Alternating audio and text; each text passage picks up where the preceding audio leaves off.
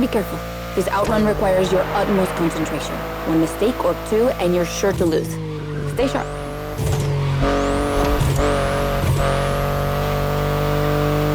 I won't distract you too much, but I still gotta talk about that spaceship you're driving. Yeah, I'm sorry to call it that, but I'm sure you were thinking the same thing. And hey, I don't mean it in a bad way. I love the way she looks.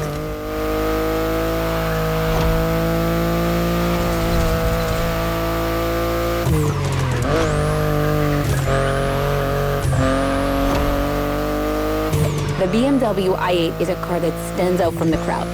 It's actually hard to believe she's indeed a production car and not just a concept. Like, it's crazy how futuristic she looks, even though she was revealed more than 10 years ago. The contrast of her colors highlights all her curves. And there's something about the way she's shaped that makes her intriguing and elegant at the same time. I'm glad the sun hasn't fully risen yet, because I find her even more beautiful at night. Those U-shaped taillights give her so much personality.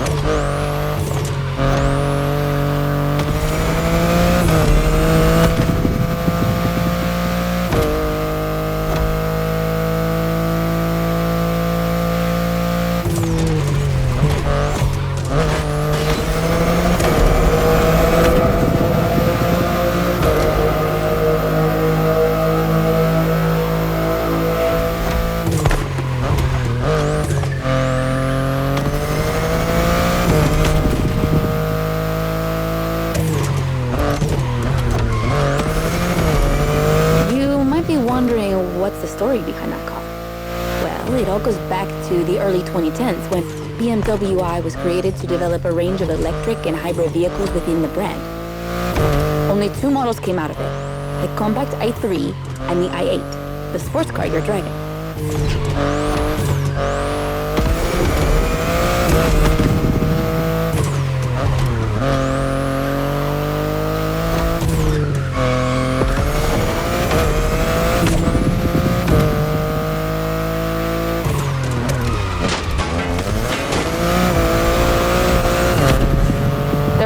Any others because they updated their strategy. Rather than creating a separate lineup, they now implement their technologies into their main series. A smart move, I guess, but I would have loved to see more cars like this one.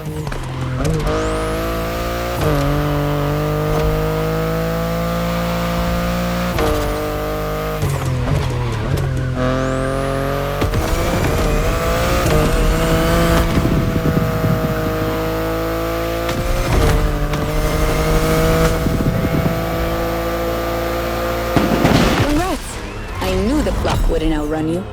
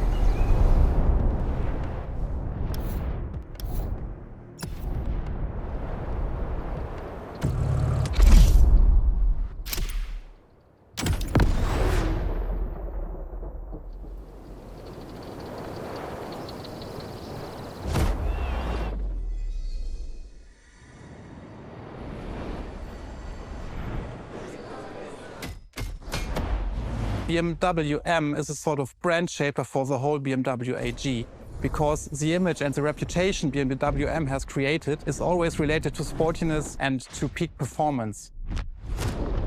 One of the hugest separations between maybe other manufacturers is the fact that a BMW is always sporty. The customer expects a sort of sportiness. He wants to drive it, he wants to feel the passion behind the wheel. And this is BMW.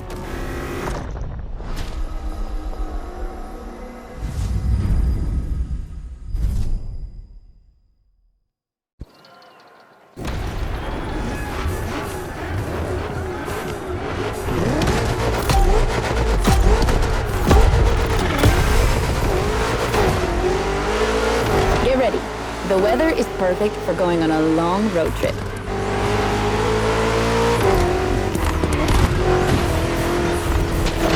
We're putting 3 BMW MCS to the test over very long distances, and it's your job to drive them one after the other. You remember what CS means? It's competition sport, the sportiest editions of BMW M.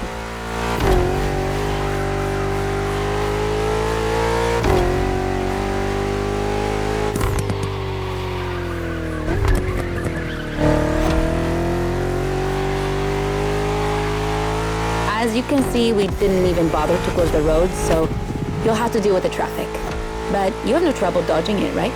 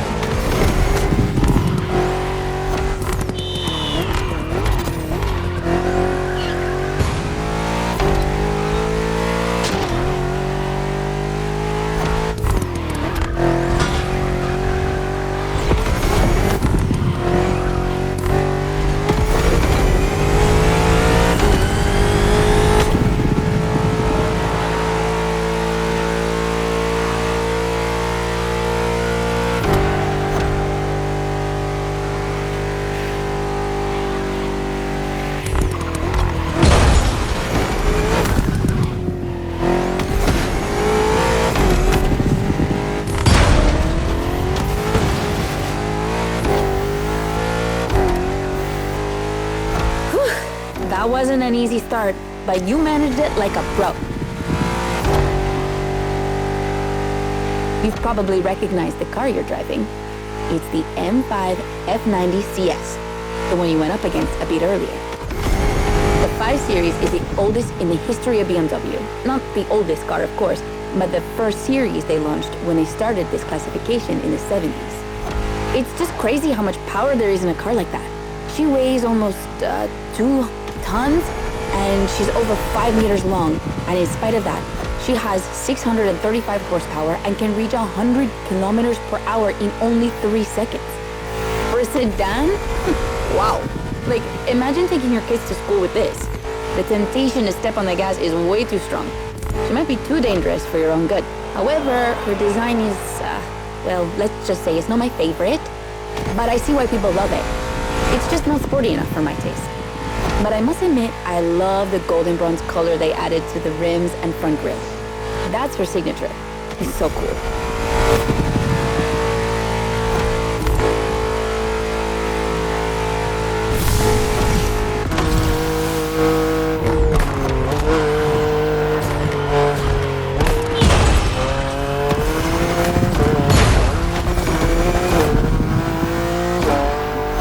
And now we have an M3 G80 CS from 2023.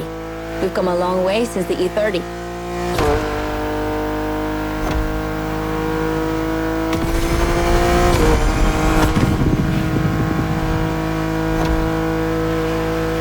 Don't you think it looks a lot like the M4 CSL? On the front end, mostly. Well, that's normal. Actually, the 3 and 4 Series share the same engine and chassis base. Before 2014, the 3 Series models were released in a large number of variations. Like, too many variations. So, ultimately, they decided to make things clearer. On the one side, there's the 3 Series with sedans and estate cars, and on the other, the 4 Series with coupes and cabriolets. And that's the main difference between the two.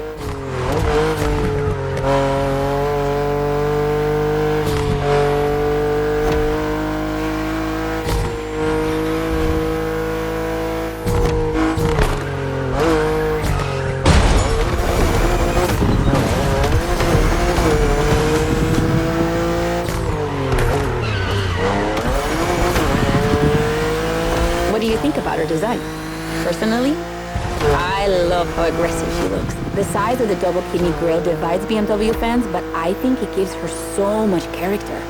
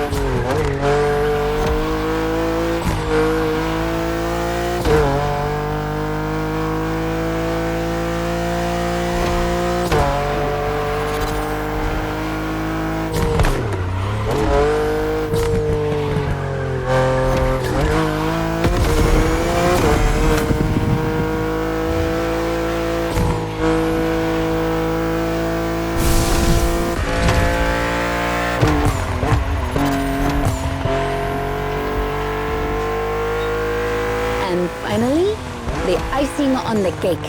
The brand new NQ G87 CS from 2025. And you can try her here exclusively for the first time. BMW are so proud of her that they regard her as part of the BMW 2002 Turbo Heritage, and now it's one of the most beloved cars of the 70s. So, does she deserve this honorific comparison? I'll let you drive her for a bit, before giving my opinion.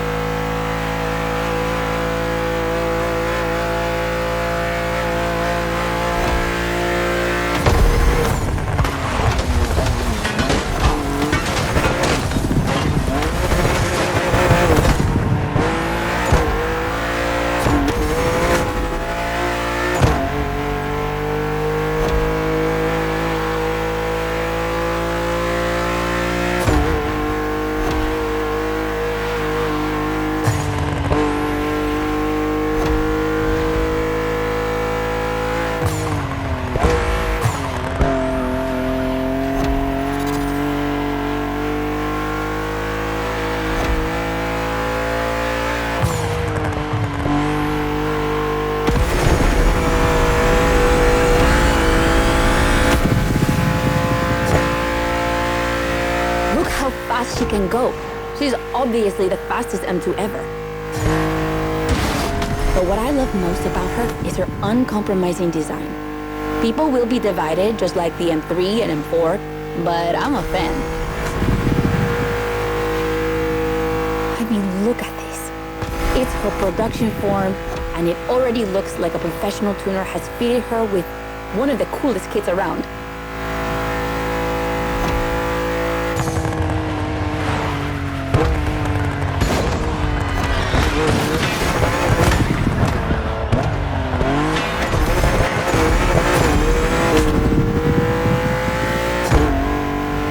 It's probably too soon to say, but I think she's my fav. Among the three of them, of course. I think it's simply more fun to drive.